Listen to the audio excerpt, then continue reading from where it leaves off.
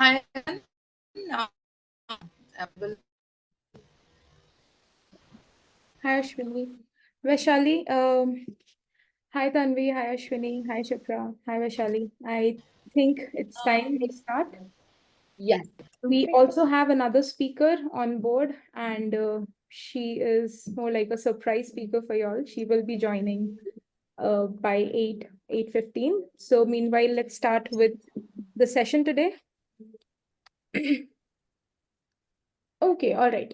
So before we move into the main struggles of women as leaders, let's start with how things looked in the past and where we are today. So I would really like Tanvi to start by saying, what when you look back in your career journey, when you see how you've come, how far you've come, have you seen any difference in a change in career ambitions or goals for you as a women leader and for your senior women leaders? Thank you so much, Ruti. Hi, everybody. I'm Tanvi. I currently work with LinkedIn and I'm an account director. That basically means I am a salesperson through and through. That's the background I come from, and I work in the HR tech industry. So I think, Ruti, addressing your question, what is the change that I have seen, and what is it that I aspire for currently? It's not that easy, right? We're sitting where we are because of a lot of struggles that the generations before us have faced. A lot of things where they have actually tried to make a change, ask for things that we never knew were possible. So I may not have experienced it myself, but I've seen that journey of a lot of women very close to home. So my mom was working, my grandmother was working. In fact, my grandmom's 90 and she used to drive a car back then. So things like that have actually uh, shaped a lot of what has changed.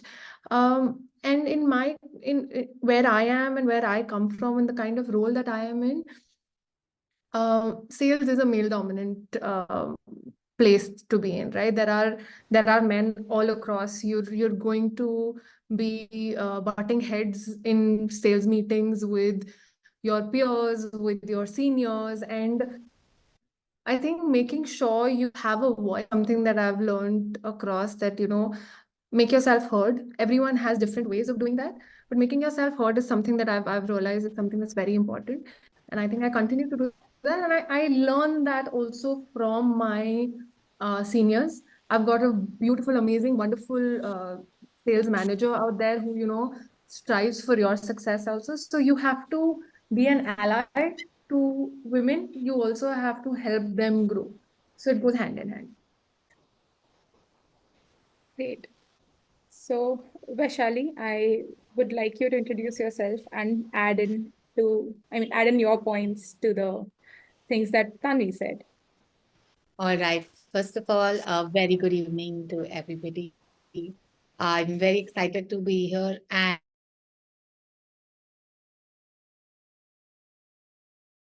pulling together this event is to show that how much of effort has been put in, how much of thought has been put in. And honestly, there are a lot of things that happen on Women's Day. Something as meaningful as this conversation is what is truly needed, right?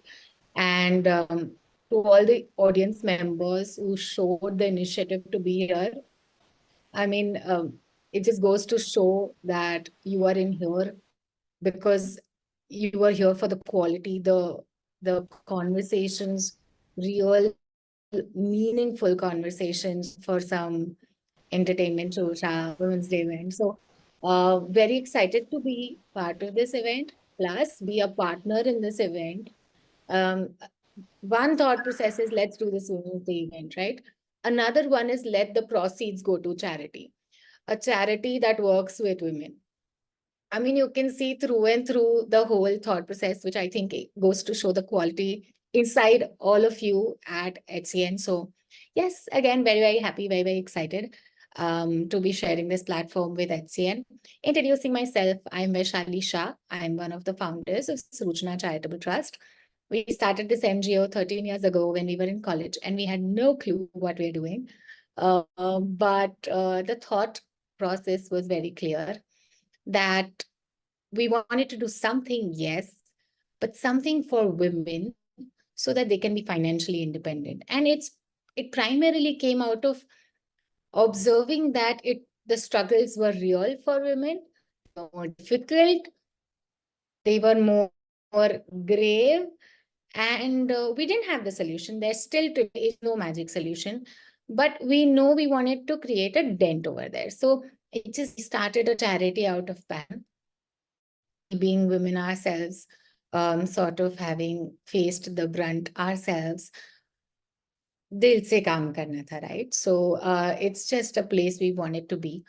It's been 13 years. It's been a long journey. One of the realizations has been that there is no magic pill. And another critical realization is that we can actually cause a change together. And this platform, for example, is a representation of together, right? Where different voices are coming together to make a bigger voice, right? So yeah, that's who we are. That's what we do. As a charity, we are very, very privileged that a company like yours has considered us. It means a lot. Where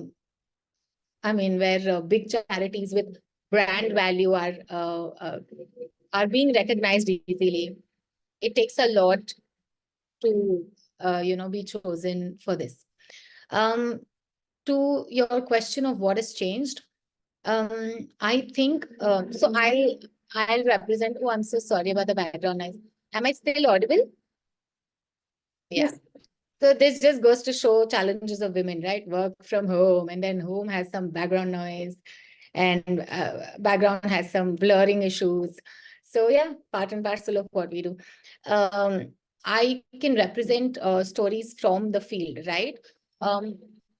When we started, women didn't have a perspective of क्यों कमाना है, right? So when we went to the field and we went and we worked with village women, and we were so passionate saying, yes, we are opening a tailoring center. Why don't you come? Why don't you earn? They would come to the center because Didi apne bulaya, right? So the perspective was, oh, you called us, so we are coming to the center. Today, the girl sitting in Rajasthan is telling me, hame mauka de do. We want to do something of our life. We want to make something of my life. I want to do something. You just give me the opportunity, I'll grab it. That is the subtle shift that I see over a period of time, right? And that's also a shift I'm very, very happy to be a part of. But yeah, that's my observation of what's changed. Great. So taking things a little more in the past, I would really love to hear from Ashwini.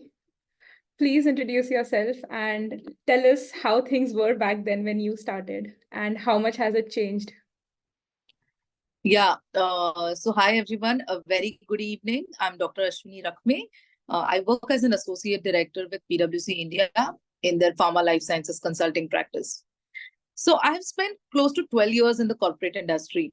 I started my career from a multinational pharmaceutical company to working on the other side as a consultant for all the pharmaceutical company, be it MNC or Indian. And when I started, there were a couple of things that my superiors told me, which I used to not take it very seriously and used to get offended. I'll start from there, how the situation of women was. So when I started, there were not many women in pharma sales, or not many women who were in a core operations role in the pharmaceutical industry. And now, obviously, those who joined in the last 10 years, we've seen there has been a lot of shift with a lot of women CEOs making a mark. Women CXOs in the pharmaceutical space making a mark, be it Namita Thapar of MCure or Kiran Majumdar-Shaw. There are a lot of women who are there who are as the CEOs of a lot of multinational companies. There's Vaibhavi Choksi, who's Gilead, which is another pharmaceutical company's India head. So things have changed. We see in the leadership role, a lot of women are being accepted. But coming to the point that who groomed these women, or was there a conducive environment for them to be groomed and reaching that level? Now, I think we are still way behind. We still need to groom our women who join fresh from college. And here I'd like to just take that pause and get back to where I started. That the advice that my superiors gave was, uh, when you're presenting, uh, they used to tell me, Ashwini, you're very passionate, very enthusiastic. And I used to be very proud about it. But you know what? The unsaid meaning behind it was, you're loud. As a woman, you need to be soft spoken. And that's where all of it started. And uh, even today, I get this feedback. But you know what? I have conveniently, ignored it, but took it in a positive way, that my enthusiasm and passion is more composed and organized than being, sound just someone who's loud and talking to the content of their heart. So I think there are a lot of preconceived notions about women in corporate and how women in corporate should be. Those still need to be changed, or those still need to be worked upon for women to get a fair share of representation in the current corporate culture. Now, if you see, not I wouldn't say not more than 20% would be a high number, and Tanvi Handa here who can give better statistics than me, that I don't think so even 20% of the CXOs in our country are women or are in the leadership position. So we still have a long way to go. Yes. Well So said, Ashwini, yeah. yeah, to your question, things have changed, but things haven't changed at the speed of how technology has changed. Yeah, it's more like we are welcoming you, we are giving you opportunities, but you need to be in a certain way to be able to have those opportunities. Yeah, and you'll see that there is a lot of welcoming for women at junior levels, at analyst levels. But as you see, and as we go into the details during this panel discussion, we'll discuss this also, that how when a woman reaches a certain age group where she is supposed to be in the senior leadership time, that's when we see a lot of mass casualty of the women's corporate career. I think just to add to that, Ashwini, sorry, Dhruti, there suddenly starts becoming, but there is this piece that you could have done better. But you know what? You said this at this time.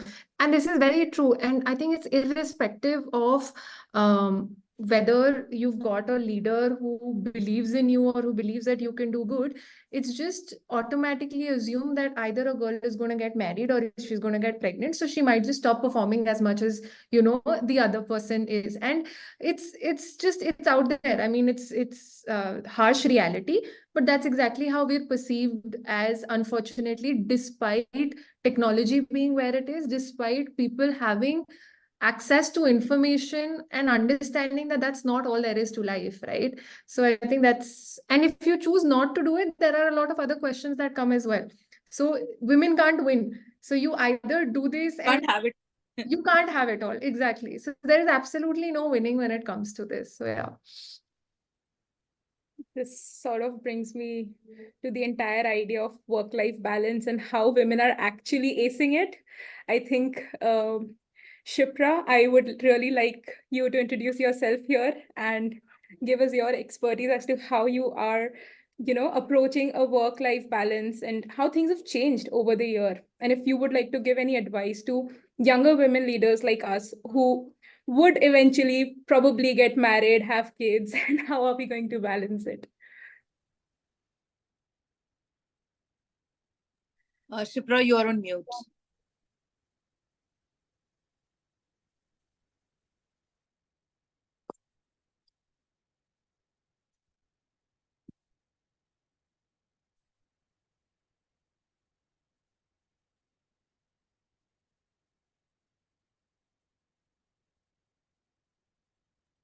Ruti, I think you can unmute her. I can ask her to unmute. I've done that, but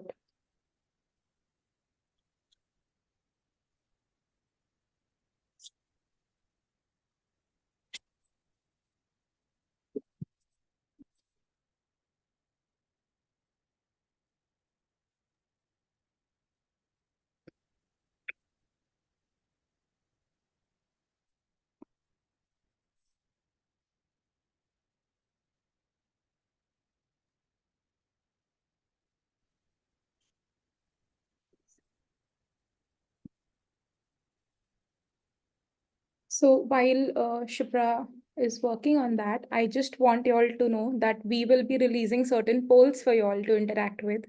And like I mentioned earlier, people who will answer the polls the fastest will get points with every poll, 100 points for each poll. We will eventually announce 3 winners, and they will be receiving certificates and goodies from HCN's end. So all the best.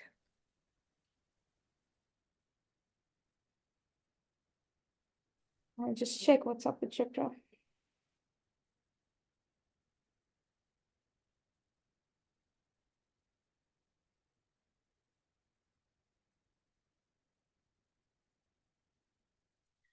Is it possible in the meanwhile, if one of you from HCN could give us a small background about who our participants are?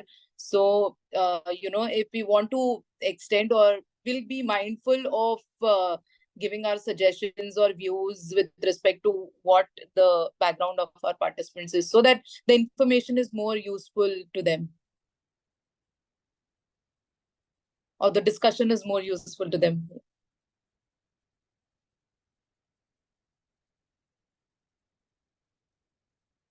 See, the participants, I can just pitch in here because probably Dhruti is working out on the back end. Our participant is a mix of people, and most of them I can see are already working women who are part of it. Most of them, I would say, I hardly see anybody.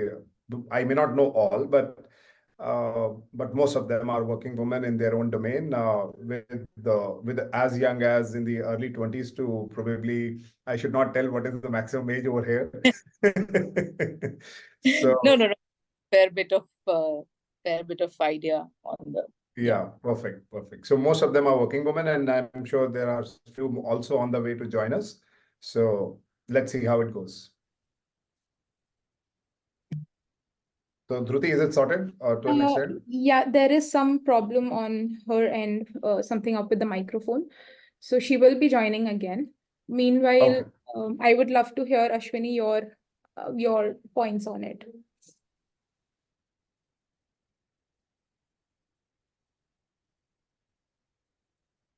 So could you just come again, Ruti? I just lost you in between. And Yeah, also the question that you started. Yeah. correct. So we were talking about work-life balance. How have things work out for you on that end? Yeah.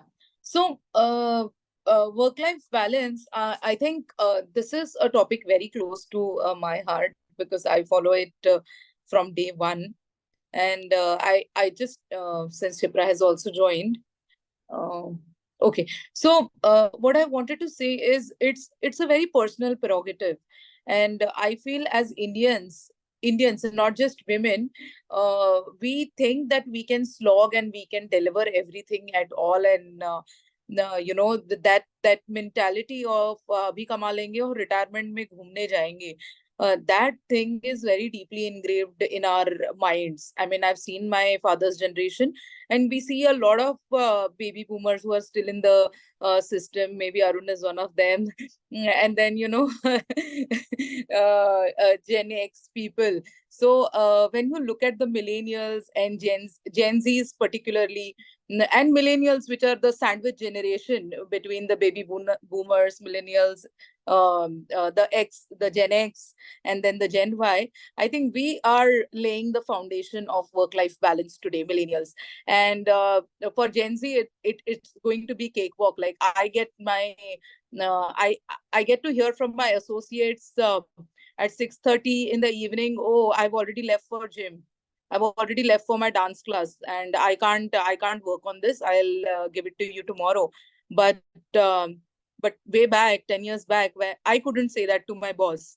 And Arun could have been one of my bosses, I could say. I couldn't say that. So I come from that, that sandwich generation, that millennial generation who has seen that, who has felt how it is to not have a work-life balance early in your career and how it impacted to you. Just to give you a very personal example, when I was working in one of the pharmaceutical companies, it was my dad's retirement function.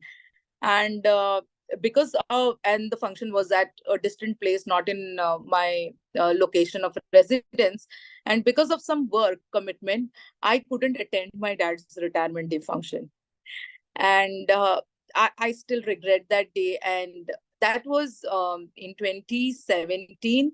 It was a life-changing moment for me, uh, because I didn't go. A lot of people missed me, but the thing that I waited for in the office, one day after, it was not important for anyone. And that that changed the way I look at work life balance, my family, and my professional life completely. And today, if there is a commitment that I have to give, I ensure that it's not impacting my personal or family commitments, so that I ensure at a personal level that the balance is always there. And it's not about balance. Work is life, life is work.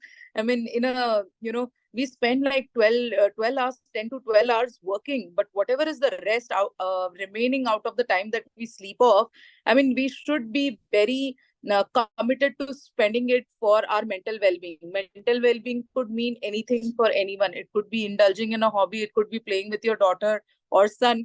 It could be watching Netflix and chill, or it could be just sleeping. I mean, a few people just love sleeping. Instead of 8 hours, they love sleeping 14 hours. So why don't use that? So, I'm a very strong proponent of work-life balance. Mental well-being is of utmost importance. And if you don't feel happy, if you don't feel that you're mentally fit to do your job, if you feel that you're sad or you're not able to enjoy your life with whatever you're doing, I don't know, however high paying job you're doing, just quit it. And that's my advice to everyone who's on the call here, all the working women. I said that I'm going to put that point to you, that's my opinion. I mean, there is a time in your life. I mean, look at your life in 3 stages. The early days where you really want to learn about your profile, your job, you want to master a particular skill. The mid days of your life, the mid part of your career is where you're struggling to get that work-life balance, because there are a lot of personal changes happening, there are a lot of professional changes happening. And then there is a time in your career where you've reached, because of all the hard work that you put in at the beginning of your career, you're reaping the fruit or the benefit of it towards the third part of your career, where maybe you are better placed to have more balance between your personal and professional life, like Arun at this point of time, or maybe Shipra, or maybe Rashmi, but in that middle phase, that age group of say 30 to 45 or even 48, 30 to 45, where you are in that mid to senior leadership kind of a profile, when you're getting married, when you're having a child, there's a lot happening on professional and personal front. And that's a difficult time, face it. We cannot have it all. So work life balance, you have to pick and choose. You have to make the right choices. And I already mentioned that, make the right choice for your mental well-being, whatever makes you happy. Thank you, Ashwini. Yes, Shipra, we are waiting to hear from you. Am I audible now? Yes. Glad there was some major settings issue. So to introduce myself first, my name is Shipra Thukral. I'm the Country General Manager of Cooper Surgical India. It's a medical device company. My take on work-life balance, I think starting from a stage when you're new, in your work or your profession, at that time, you're struggling to strike that balance, that I'm putting in so much of time. But I think through years, what you realize is you have to make it a lifestyle. If you're able to make it a lifestyle, and this is irrespective of whoever you are, because you will have commitments. You will always have commitments, both at home, at the personal level, as well as the professional level. If you're able to manage your time, if you're able to organize yourself better, I think that really helps, because at least that has helped me. And listen to people, invite things from people who are probably, at a place where you'd want to be. You will see actually what they're doing is they're just organizing their calendars well. They're organizing their time well. They know, okay, this time is my personal time, as Dr. Rashmi also said. So this time I have to manage like this, and before this and after this, I have to manage, all my work. So you have to make it a lifestyle, and if you're able to happily make it a lifestyle, there is no longer a need to strike a work-life balance. It automatically happens, and it takes time, but you have to do it, and that's all that I would say. Thank you, Shipra. Vaishali, you have something to add? Yeah, stories from the field, right? So work-life balance, actually, when I've seen that women on the ground who work, right, not necessarily white-collar jobs, or even for me, actually, this is true. I think a lot of it takes courage. Because there's so much of perfection that's put into your head, like a perfect mother and a perfect wife and a perfect employee and a perfect businesswoman and all of that, that it takes courage to accept that it's not going to be perfect, that in some places I'm going to say no, and they're not going to like me, and they're not going to like it, and I'm going to face the consequences of saying that no. And to my women, I always say it's not work-life balance, it's work-life dance. Because I consistently feel like we're dancing, right? Either jaro, then there is a PTA, and then there is a, call and something else. And so for you to enjoy the dance, I mean, we all, what I tell them is we all together, we work on our courage, right? Our courage to show up in our skins, our courage to own whatever we are, who we truly are, what we truly want to do, and say it out to the world. So yeah, that's what I wanted to say. Thank you for adding to it. Yes, Tanvi. I think just to add to that, what also we need to remember is that it takes a village. It can never be done alone. You need to have a support system. You need to rely on people, because sometimes I think you don't have to do it alone. I think it's a misconception that maybe due to circumstance, some people do have to do it alone, but when you can, it's nothing wrong to ask for help, or even rely on that someone to actually power through for you and help you balance that out for yourself. Sometimes maybe you cannot take a call. Sometimes maybe you cannot attend something for your child. It's not that easy, but it's okay to give yourself that space. I think that's also very important. Thank you, Tanvi. So we have Rashmi ma'am on board with us, and we would start with her introducing herself and telling us the struggles of women in her industry. Ma'am, you're on mute. I'm a doctor. After doing my MBBS, I joined the army. This I joined in 1984, and at that particular time, there was hardly any lady in the army, apart from nursing officers who were there, the nursing staff, nursing sisters who were there. They had a separate corps, and they had their own sense of being looked after by their hierarchy. So it used to be, they used to look after themselves, and very, very, they wouldn't ask anybody outside for help. And they were used to look after them. So now people like us who were doctors and who had ladies who had joined, well, very frankly, we did find the same. Many people have brought out this point about the support system and everything. You do require the support system also in the office. Now, what normally happens is that they tend to think, there are two types of people you interact with, especially at that particular time when ladies were very, few in the army in uniform. So there are two types of people. Some of them who go out of the way, they bend backwards to try to, treat you with kid gloves that, okay, you're very, you're special and you're this, and not let you achieve your potential. That was one. And the other side is the other one who says, well, you've joined it. We didn't ask you. We didn't put a gun on your head to tell you to come and join. So you jolly well do everything. And at times they would bend the other way and give you a little bit more difficult duties than what a normal, male doctor would get it. I've faced with both, and it is, it is a very thin line which you have to walk on, because you have to constantly prove yourself, and you have to give yourself the personal space. You don't have to feel guilty if you you don't reach the target which you wanted. So yes, there are people there who also thought, the normal problems that you have when ladies step out, little here and there. That part we can deal with. But the professional aspect was this. I have always made it a point when I was in the donning on my uniform that the aim was to make myself appear completely professional.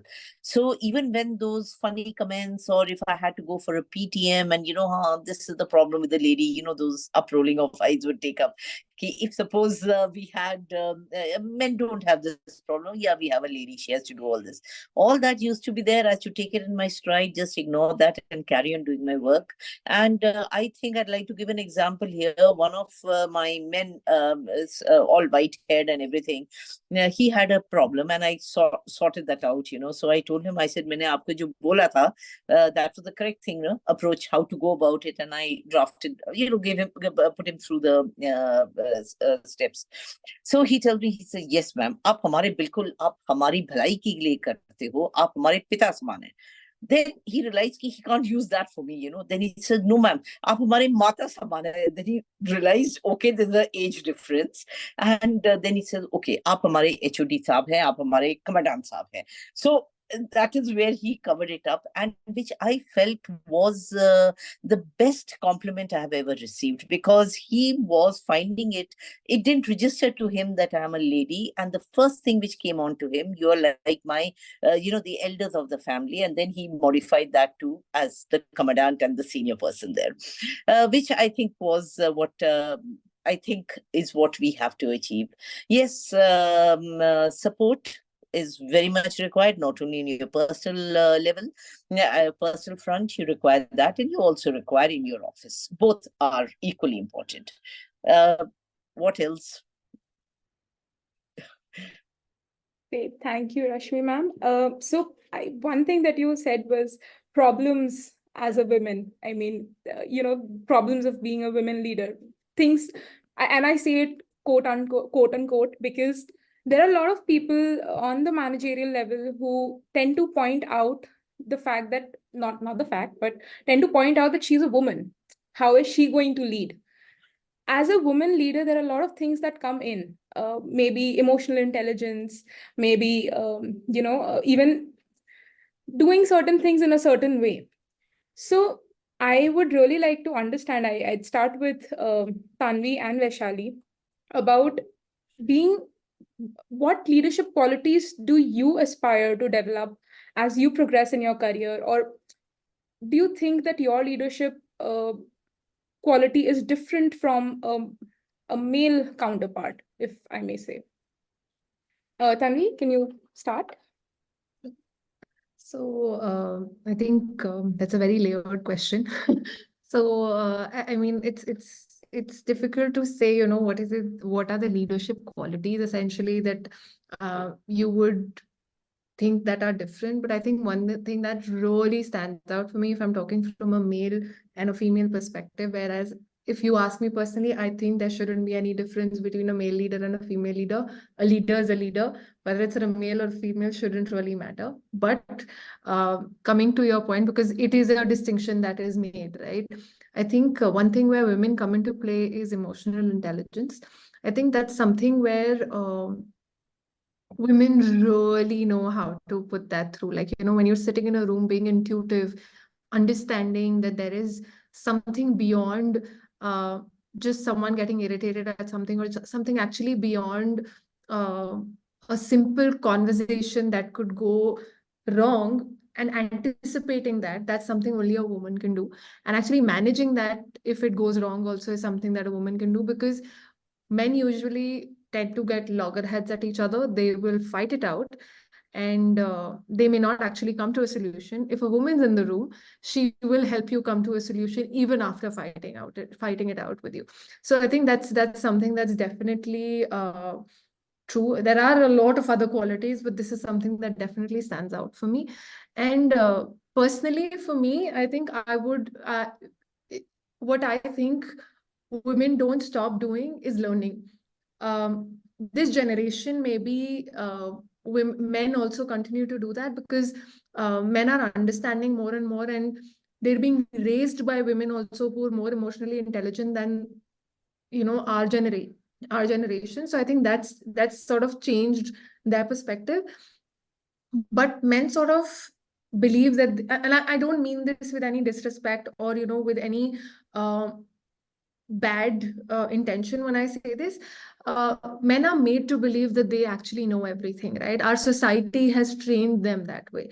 They're unfortunately taught that this is what they know is enough, whereas women keep striving for so much more. So, and I'll just share a simple example. So we had Kiran Bedi come into our offices for Women's Day this week, and she has something known as a Good Boy project that's going on, right? Whereas, because she said that we've got so many people trying to make girls become good girls, people think that boys need to become good boys as well, and they need to be taught how to do better. They need to be taught what is right.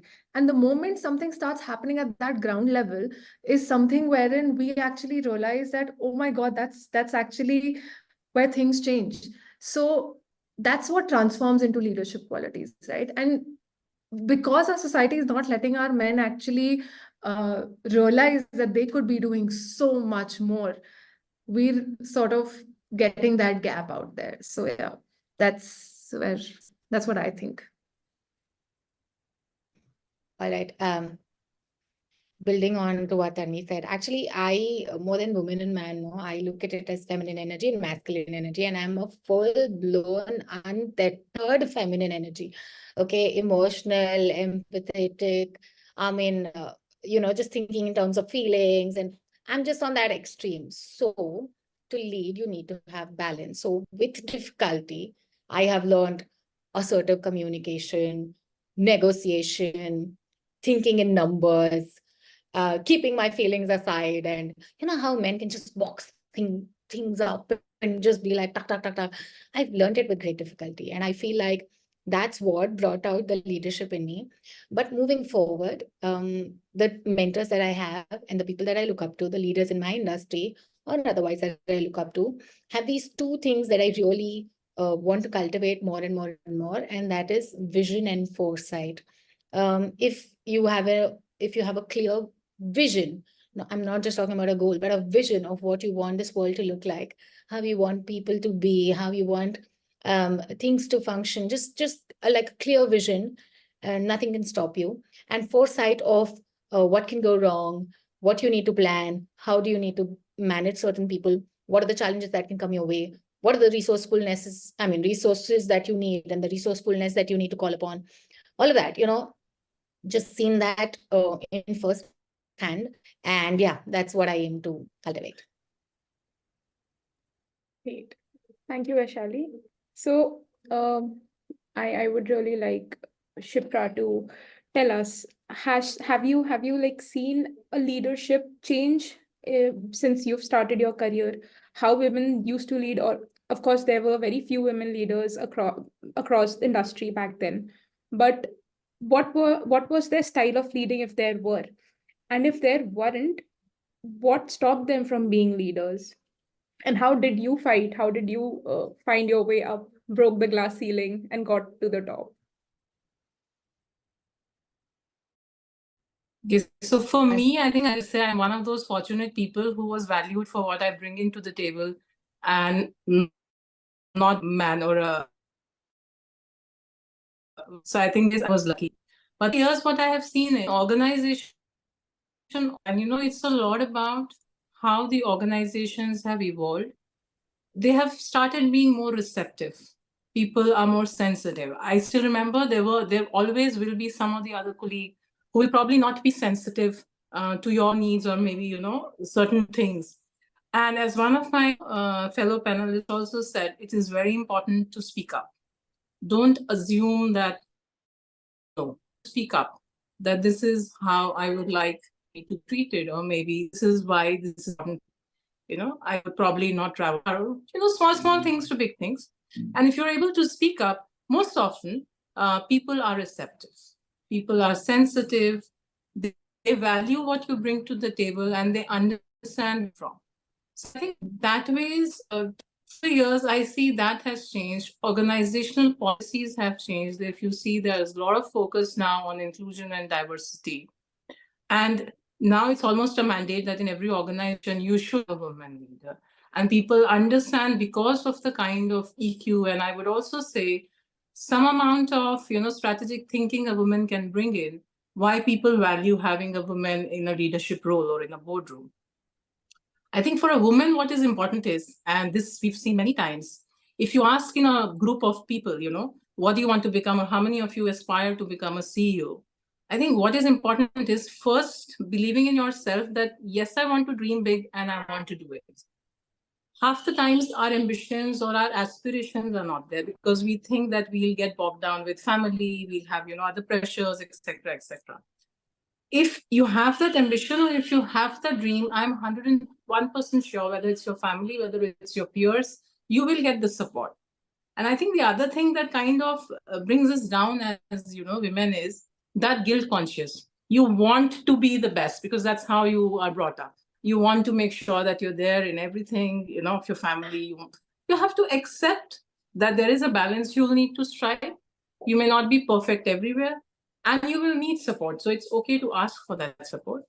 And as organizations, I have seen now, people are more receptive, even as peers, as leaders, even for that matter, your fellow mates, to accept and to then bring out the best in you and get the best in you. And this I have learned, even if you see throughout my career, I've had mentors. And when I say mentors, it's not specifically female mentors. I have had mentors which can be male and female. And in fact, one of the biggest one who has influenced me is a male mentor. But the way, if you consider yourself good and that you really are a value to the organization, I think people do become receptive. And this has changed. I think hugely changed over the years. That's it.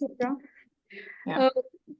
Rashmi ma'am, I would want to hear from you. I mean, we know that there's a dearth of women participation in armed forces. There's even today, I mean, we don't really see a lot of women in armed forces. But what do you think? What is the reason, and how can we, encourage more women to be a part of armed forces? You're very right. There are not many women, but it's a very heartening, trend which has taken place. That now young girls, they would like to join the army, and they are fighting for why can't we join the army or the armed forces, which is really nice to know that, and it gives me a strange sense of happiness, when I see them going as fighter pilots, helicopter pilots on the ships, going to Siachen. It gives me a very strange sense of happiness, because I know the problems which we face trying to change the mindset of people. Somebody said, one of the panelists said that, yes, EQ is there and IQ is there. That is there. We are talking about, we are loaded with EQ, and we tend to look at any situation which comes in. We give it a very holistic thing. Very rightly so, when we are in a meeting or we are interacting, subconsciously or consciously, we are looking at the subtle body language changes, which take place. Okay, is this person understanding, or is he connecting with me, or not connecting with me? And women to women, women to men, this thing comes in, and we are able to communicate better. Definitely. We are more meticulous. And I'm this thing because all throughout my career, I have seen that how women are now women are also being placed in very important, positions or given responsibilities where they have to go into great detail. There is no the scope of error of any, small little error there, whether it is judgment or financial or anything. And ladies are being given that. That is good. Now, as far as the work is concerned, I can speak from my own experience because I finally retired 2 years ago as a medical, your Major General, Delhi area. Now, in that, I was told when I was going over there, they thought it was going to be a cushy job. And my mentors told me that, I don't know, Rashmi, how will you manage this? Because there is no work there. By 10 o'clock, I used to get over. I used to finish my work and I used to go home and have a cup of tea and then come back at 1 o'clock, that type of thing. Now, I realized over there the details, what are there. And yes, of course, I had the COVID thing came in and I was made in charge because of they saw my work. They made me in charge of Manesar, where the first people came in from China and from Europe, and the one ship also came in, and then there were a couple of places. So that part I was doing a lot of work. They realized that the meticulous details which I could bring to them and share it with everybody, that is what you have to put in your best there. And they did appreciate my seniors, my colleagues, juniors, they all appreciated. One thing is the professionalism which I displayed. Now I'm talking about me. Yes, we do tend to deal with things in an emotional manner. Little emotions do come in, and again, I'm giving it as just one example which I'm giving in. I was young, let's say about 10 years service, and thought myself pretty senior at that particular time, and I was made in charge of the men. Now, one chap came in and gave me a big sob story about why he had to go home urgently. They were, we allow only 25% of one particular, trade person to go on leave. So he was surpassing that. So he gave me the sob story. So I called his overseer, and I told him, I said, I think we can adjust one person. Just see if you can help him out. And as luck would have had it, I just walked out of the room. My work was over. Just walked to. Now I spotted this chap standing outside, talking to his friends, and he was, sniggering.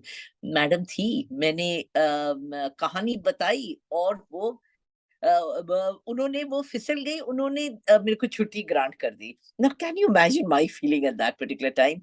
I got emotional, and I thought I'll give him an emotional touch, because otherwise army people, armed forces people are tough. You're not supposed to do the same.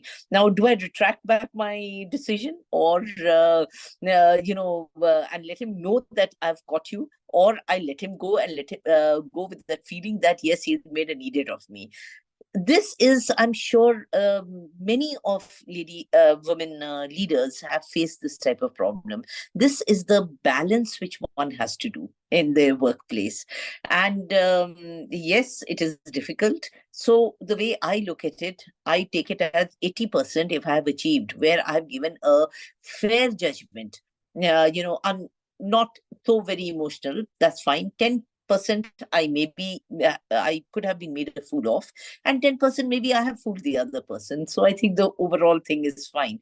So I don't dwell too much on it. I go as what is my gut feeling at that particular time, because as we're growing up in the services, we realize that the subconscious impulses which are coming to us, we are getting all these. We are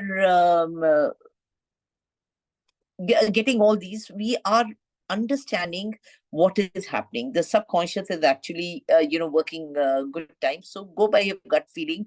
You're doing what is right. Do not bother whether they will be making an idiot of me or they are not, or I've been seen weak. No, you're bringing that on the table, that you're getting a humane touch to the whole thing. And it's not all, tough and you have to just give out orders and be strict.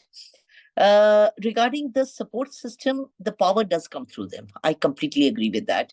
And also that once they realize that you have, this is your dream and this is your ambition, people do come. Your family comes in, even though they may not agree initially. That think about it, that type of thing comes in. Gradually they understand that here is a person who wants to do something. I think the same thing goes for the boys of today. If they want to have a separate or not a run-of-the-mill career, parents or well-wishers try to tell them, think about it, are you sure? But then we give in. I think all of us have done it for people. So that is the same thing which goes over there. Yes, bringing up problems and our, like learning to say no. That is what I tell everybody. You have to learn to say no in a nice way and come up with a solution along with that, so that the air is positive. That here is a person who will say no if it is not feasible or she cannot do it, but she's come up with a suggestion. So that is a few things which I have learned through the years, and I've generally found that it works. Girls are more receptive. People are getting receptive. Earlier when I joined, there was, we are dealing with the men coming from the entire strata of society. At home, they have got, we are the bosses and women are inferior. And here you have a woman leader. It takes time for them to adjust this change. And that is where your professionalism comes in. So I always tell everybody, you have to be, they should know that here is the person who is professional in her approach. They'll listen to you. Thank you so much. So I really wanted to hear from all the seniors here, from Ashwini, Shipra, Rashmi ma'am, as to so for women leaders and budding women leaders like me, when we are starting off with our career, what do you think? What are the initial leadership, either grooming or initiatives, can we take in order to be able to be better leaders as and when we grow in the organization? Ashwini, would you like to start, please? You're on mute. Yeah.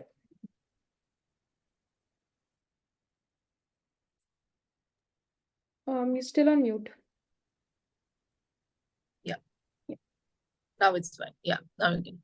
Okay. So I think I will keep it very small. I'll give you three pieces. I mean, three things that I would want budding or young women in corporate career in to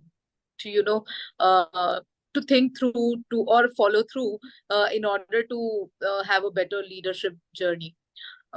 First one is talk about your work and ask for recognition. Shipra ma'am just mentioned some time back that you need to talk about it. You need to talk about what you want, and that's the first thing. No matter what work you are doing, you feel that you're doing a regular mundane task. You think that, oh, someone just came for help and you just helped on a different kind of project, and you just thought that I just helped someone by the way. But you know what? That person approached you and you were able to help him solve that problem. It could be a small thing, but talk about your work. I think we lack when it comes to promoting our work as women. You see, a lot of men would talk to their bosses, I did that, even gloating about the work that they've done. But as as women, we are very shy about talking the work. I mean, there are a few women who definitely do that, and a lot of us who don't do really envy them. Uh, so I think the first thing as young people is talk about your work and ask for recognition. Not always your work is going to speak if you're not going to talk about it. After every appraisal, if you are the one who's not getting promoted and there's someone you felt is under deserving got promoted, ask yourself, did you ask for that promotion yourself? Did you make your case that, what, these are the three things I did and I deserve it? Did you go there? Did you plan it 6 months in advance that, it's August, let me talk that in March I want this promotion? Did you do that? 90% of the times you would not have done that. And someone who's done that, who's got that promotion, is obviously been talking about that work, he or she, and is promoting his work. We need to market our work within our organization. We need to promote our work. And I'm not saying that you say I've done 10 things when you've done one thing only, but whatever it is, you need to bring about and show the value that you bring to table. And it is a continuous process. It is not just during the interview at when you are hired that you are saying that this is the value you bring to the table. It's a continuous process. Keep on harping on that. This is the value I get on the table. Keep on doing new things. Be proactive. And see, work is a inanimate thing. It's not going to talk. We've been hearing it from our predecessors and the generation earlier. Let your work speak. Let your work speak. It will speak, but it will take some time. Before that, you need to talk about your work. So I'll say, talk about your work, and then it will start speaking on its own. It's like, how you make a small child learn to talk and then they start speaking. It's like that. You have to first talk. That's the first thing. Second thing is, we're talking a lot about being inclusive, a lot about being supportive. I'm saying ask for help. Ask for help. Even when you're working, I'm just giving you a small example. If you are a digital marketing manager, Dhruti, and there's someone in your team who's also a digital manager or a digital analyst, if you get stuck, you ask for help. You get people involved in the way that you are working, because this is somewhere going to get you out of your head that you know it all, and also make you be a better team player as you grow in your journey towards being a better leader. So ask for help. And third is have mentors. Have mentors.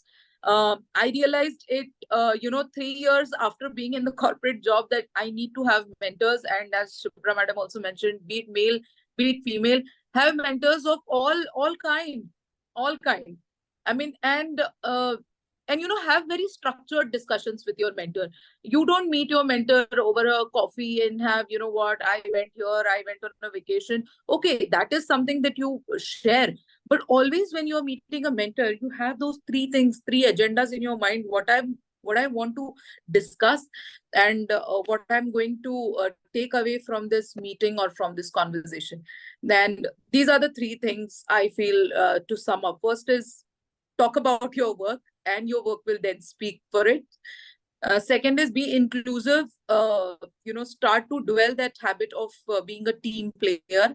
And third is have mentors. This is going to make you, go through your leadership and leadership journey. I just want to make one example here. I have a very senior person in the industry, not in the industry that I work in, which is pharmaceutical. Someone from the FMCG industry, and she's a CEO of a very large retail chain. And she happens to be from my graduation, from my postgrad college. And it was around 4 years back when I was at a stage in my career when it was just after COVID, when things were like companies were not promoting people within their organization. There were no pay hikes, and there were a lot of uncertainty. about your jobs, and I reached out to her, and I spoke to her about how should I look about growing in my career or the career advancement, because this is the number of years that I've spent in this organization, and this is how I'm looking. And I'm telling you, when you talk to a women mentor, she someday I'll tell her name also, but she told me exactly at every stage in her career what was the salary she draw, and how many years she spent, and what was the kind of conversation she had with her people manager to go to that next level. And when you hear it from someone, someone has been in that position, it just certainly gives you a lot of confidence that someone was in your position and is at a different position. Together, even you can achieve it. And I'm telling you, this network of tapping into women mentors, I'm telling you, only women are privileged with. I'm telling you, no male mentor. And even I discussed this with my spouse, and he tells me, what, you women even talk about like salaries and what jump and what hikes you got? Yes, we do. We talk because we know that we understand empathy.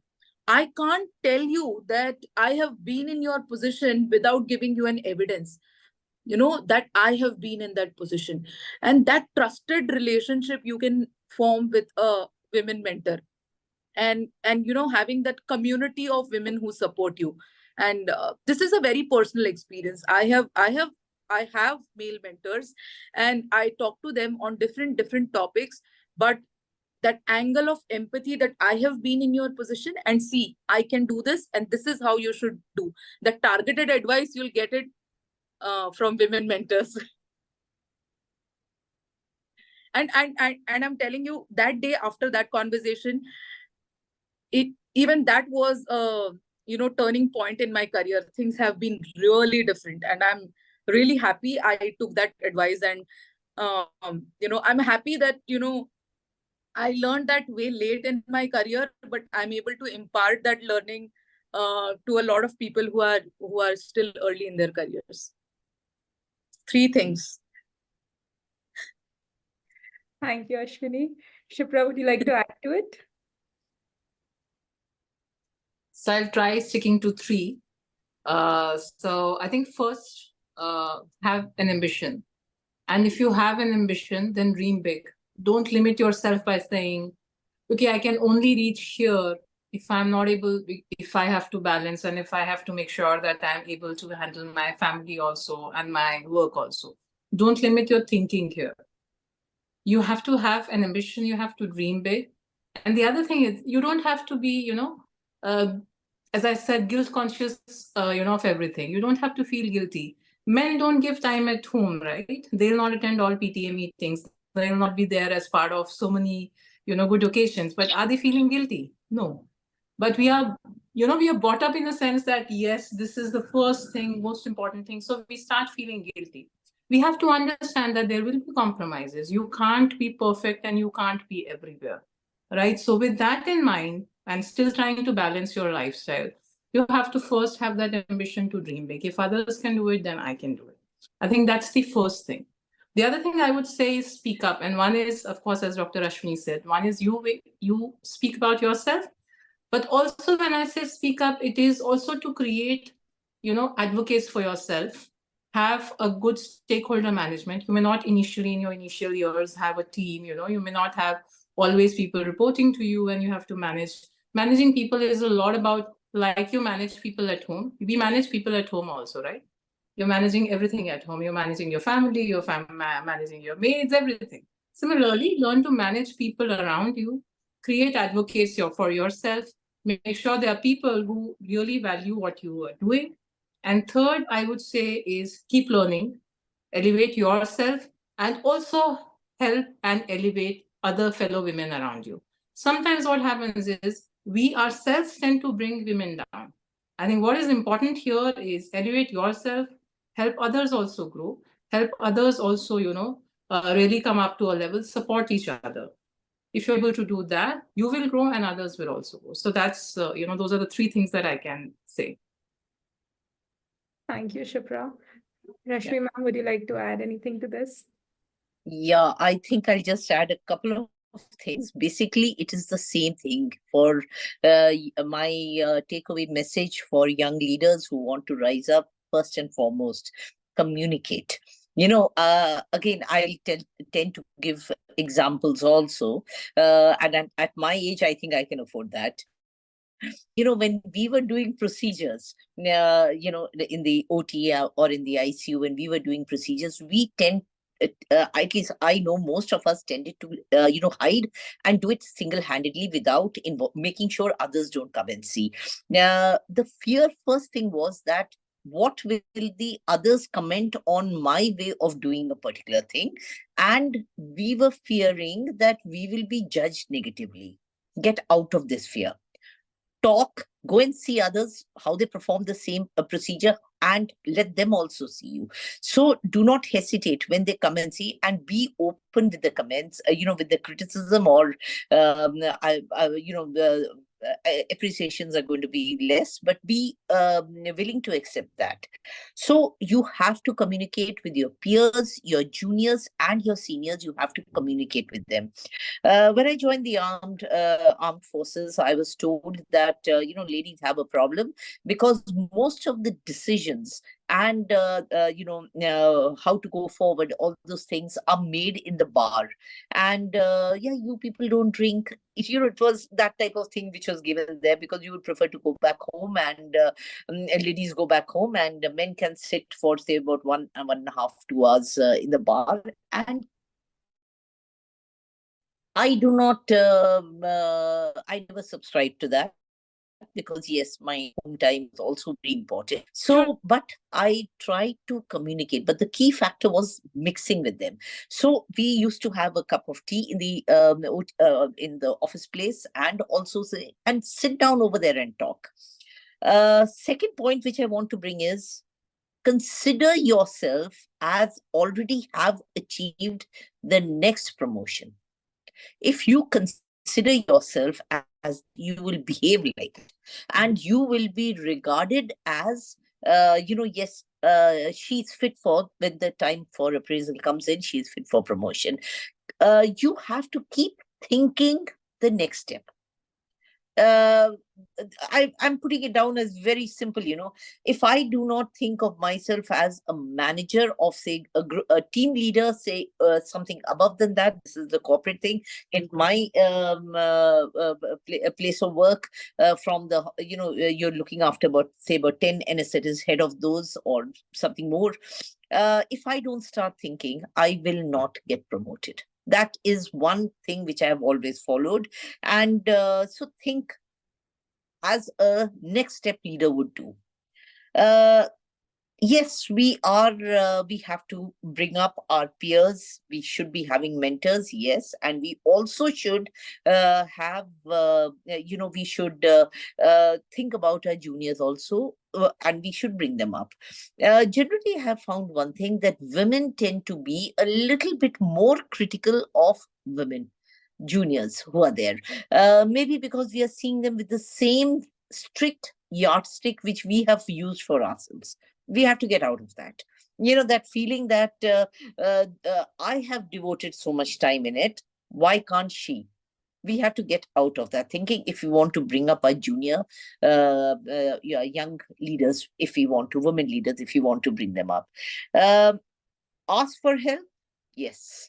When you are tired, be human enough. I'll not say male or female, be human enough to say, I am tired and I'm not doing. So whenever I used to feel mentally exhausted because of my work, being in the OT and in the ICU, you get exhausted over there mentally also, apart from physical. So I used to tell them, I said, I'm going to take leave. Why? I'm tired. And this to look at me very strangely, like, how is she admitting? I said, yes, I'll take 2 days.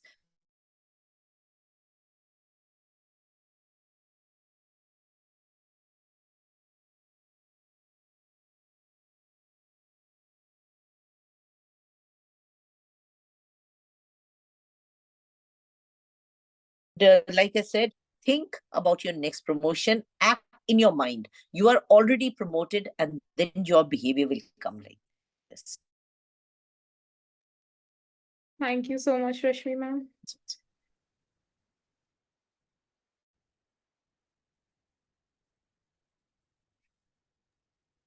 All right. So I think, I mean, even I have faced this, and as women leaders, we all face this constant self-doubt. Do we deserve it? Do we deserve the promotion? Do we deserve the salary hike? We keep questioning ourselves, and that is something that I think we need to get out of. We should start saying that, yes, I do deserve it, and take what we are getting, maybe ask for more.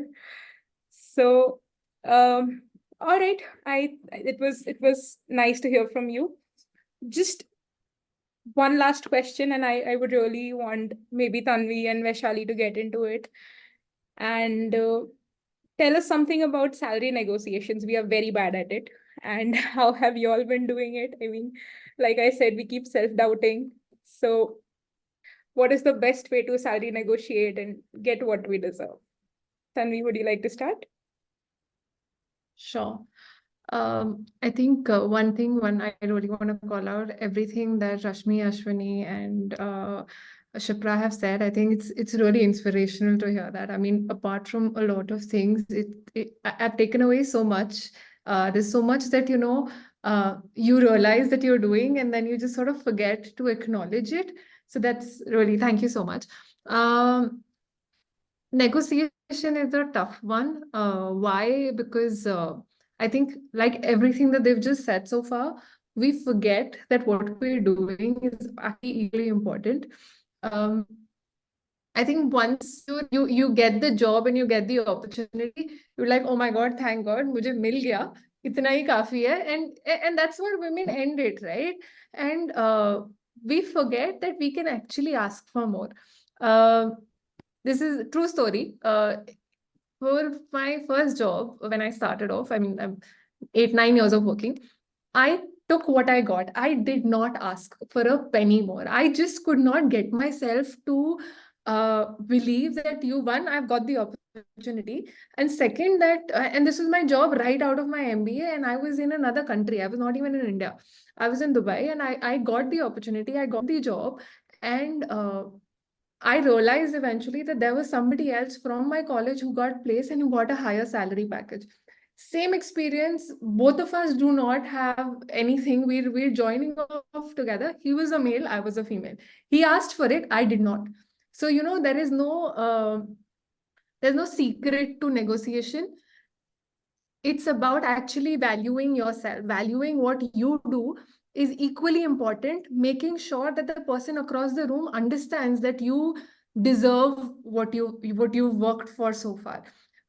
And for me, I think what I strongly believe is negotiation is about actually understanding what the other one can afford.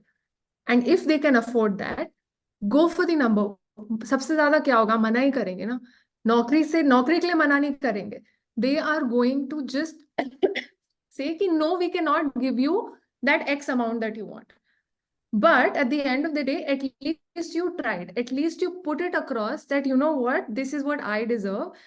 And even if it's a market value, right? If it is something, and this is something that I'm talking about even from a very, very corporate structured companies come with a budget. Companies know that they have X amount that they are going to spend on a particular candidate. And as a candidate, if you're going to surpass a lot of things, they will stretch. There is always a buffer. That is something that we should never forget. And negotiation is, especially with HR or with business leaders, they do not want to lose a candidate at the last stage.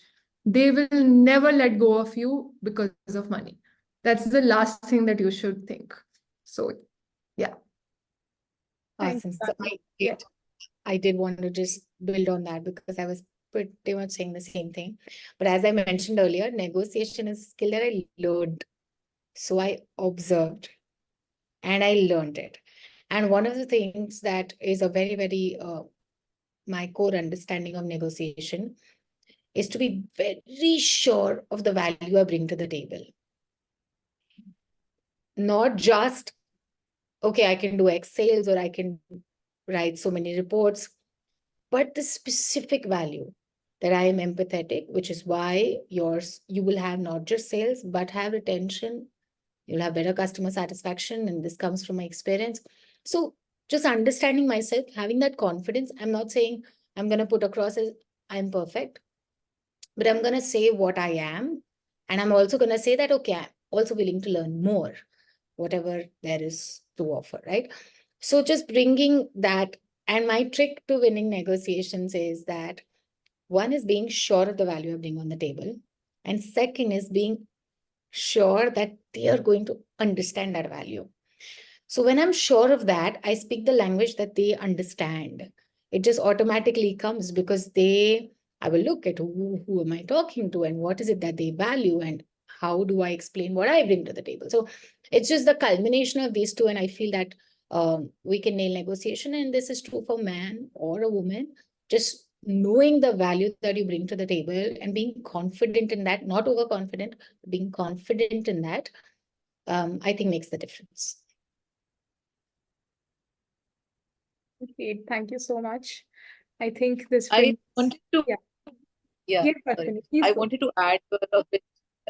Add here a bit. This is a topic which is very close to my heart, and I keep on giving a lot of advice on this.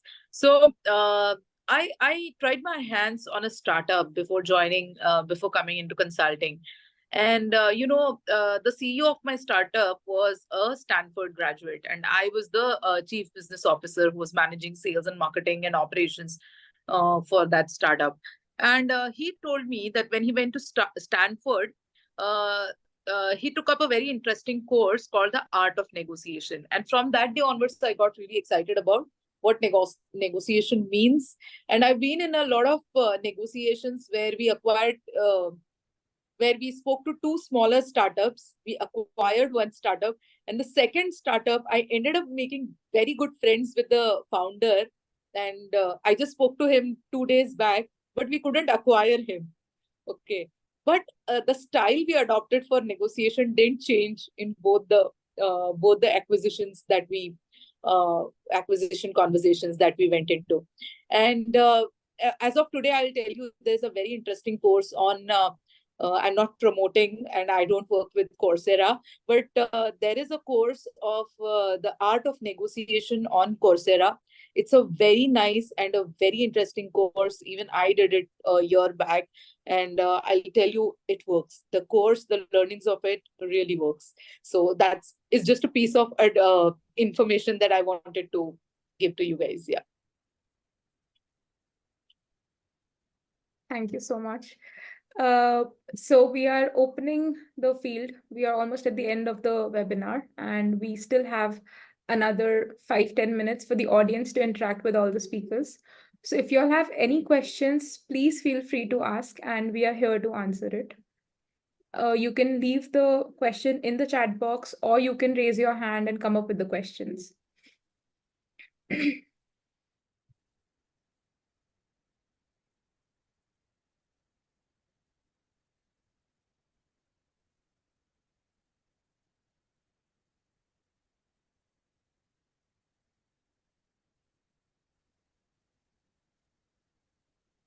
Okay, let me ask. I think a lot of silence here.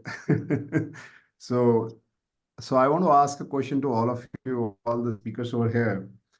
If you all were not doing what you're doing today, what else you would be doing?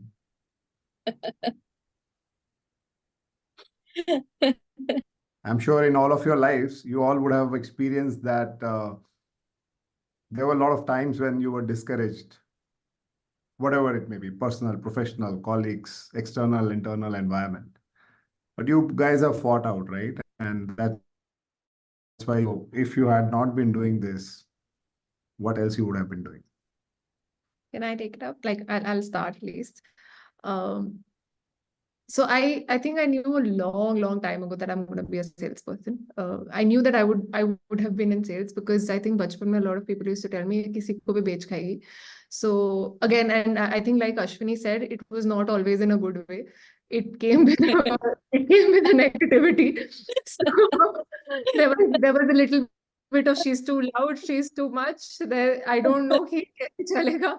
So definitely that was there. But I think I wanted to be an athlete for a very long time. I think beyond this salesperson thing, I swam for Maharashtra, and then I represented India in Open National. So I did all of that, but despite reaching there, there was, I won't call it gender bias, but there was a little bit of drama that happened, and I'm talking 15 years ago. That time, India did not have that kind of representation also, and I think women were not so strong in sports also back then. So I couldn't take that forward, and I don't think anybody wanted to risk that. So yeah, that's from me. That Can I? Yeah, On- please. Yeah. You know what? I have been hearing all the panelists, and one common thread among all of them is that all of them appear to be alpha personalities. Whatever they're doing just now, I'm sure they were not doing. I'm sure they would have done with equal passion, equal enthusiasm. They would have done something else, whatever it may be. I know myself, I'm taking a break these days, sabbatical, and because of some my personal problems.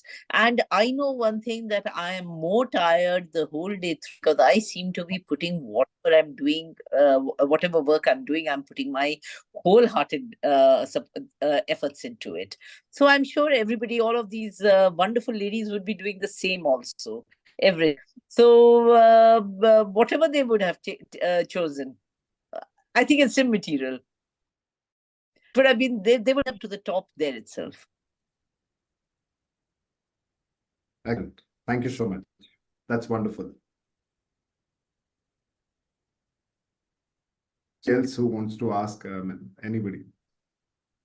Or you want to share something that is also open forum? Yeah. Sorry, before we close out and I don't see a lot of questions coming in, I just wanted to leave this group with a thought. We talk about, and this is, I don't mean this in any disrespectful way. So please bear with me for a couple of minutes here. See, we see a lot of male mafia, a lot of male mafia. Sales guys, their area manager, their national manager, then most of the time the CEO or the MD. Now, there's this male mafia. Try to there's a women representation. Not always she's, or either she is the one who's pampered, taken care of, or she is the one who's not heard of. But rarely do we see female mafia. Okay.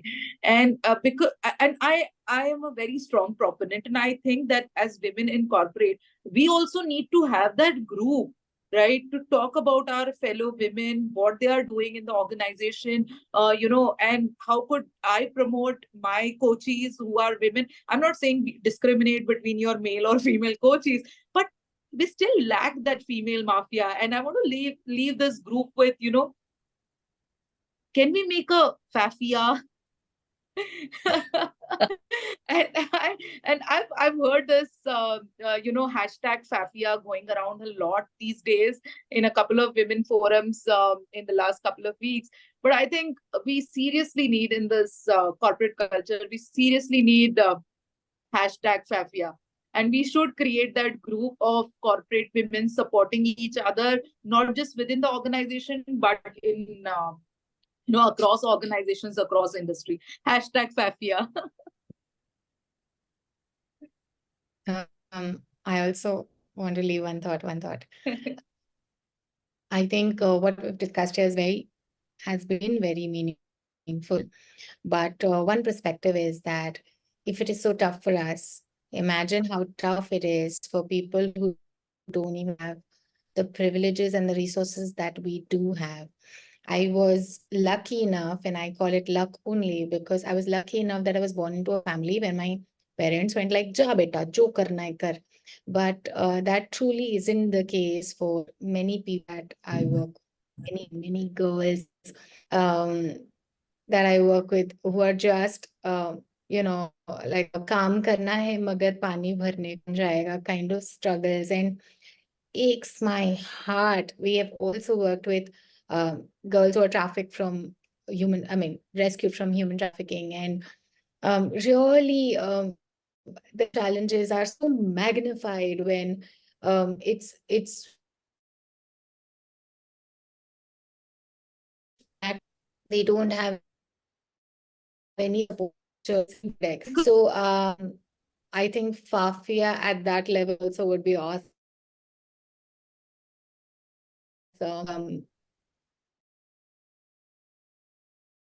Is over to you, Dhruti. Thank you, Vaishali. So any more questions do we have? Or we're done for the day? Okay, all right. Harshada is saying Happy Women's Day. Happy Women's Day, all of us. I think we have a lot of things to do as women ourselves, encouraging other women, encouraging even men for that matter. And when we say women in corporate or women in any industry, there are a lot of layers to it. There's a lot of there are a lot of persistent gender bias, which most of us are struggling on our own levels, and women in general also. So there's a long way to go. We've come a long way, and we'll do it together. Thank you for being a part of this wonderful webinar, all of you. Thank you all our panelists for sparing some time out of your busy schedule and enlightening us with so much of details, so much tips and tricks that we really needed. Thank you. Thank you for having this webinar. It was a pleasure interacting with such wonderful ladies and hearing their thoughts. It really thrills me, to see all this. Thank you. Thank you very much. Thank you. Thank you, everyone. I think we have a lot. Yeah, it's fine. I mean, I'm glad. I only was thinking about the number of people who registered, and again, most of them are women. I don't know what brought them not to come over, but I'm really heartfelt thank you to all of you. Because the idea that we had initially was that we bring women from all ages in the corporate world so that we get a fair idea about what's happening in this whole journey. So it's really been very encouraging, and a lot of examples that were coming out were like our day-to-day discussions, sometimes at home and sometimes in the professional talks that we do with the women. My only take is that at the end of the day, I say that whether it is a male or a female, it's about your attitude, it's about your willingness that you want to do. No matter you are born where, I think at the end of the day, if you don't make a most of it, then you are missing the bus. To me, things, gender is just a case, but I think it's your attitude that makes you win. I just quickly want to give you an example. Very recently, somebody was offered a job because this lady was on a maternity break for almost a year, and she was offered a job through us, and she was given only a 5% hike. I was not very happy, and I am not an advocate to get into the organization and the candidate that, I should try to jack up the cost. So I told her that this is the offer you have got, and if you want to take it, let me know. And she was very happy that no, even if I got this, I'm good with it. I'm very good with it. Now, when I went back, I spoke to the country head whom I was in touch, and I said, yeah, this is not fair. I mean, you should look into it. If you should not take the opportunity. And he said, even I'm surprised. I know that she's getting a job, but on his own, he increased the package. He increased the budget. And then she was like glad and happy, and still she did not negotiate it. Now, what I'm trying to say here with this small speech is that if you don't ask for it, you have said, you will not get it. And as I said again, it's not gender. I mean, it's not woman, it's about gender. So thank you so much for all the learnings together that we have. We'll try to figure out more opportunities to interact. This year is going to be a lot of events from the HCN side, both on the talent development side, on talent investment side. And this is one of the methods that we thought of reaching out, but we also did a couple of face-to-face events in the recent past in Delhi, Mumbai. And we are gearing up for a very big event in the month of May. We are doing an open assessment center where we are encouraging leaders, women or male, where we are going to do an evaluation. We are just setting up a panel. Just a very quick FYI for people. So a lot of action coming from our side. Thank you so much and good night, and have a very, very happy Women's Day. Tomorrow is going to be a busy day for each one of you in your office. So take care of yourself. Thank you. Thank you. And Thank good you. Thank you, everyone.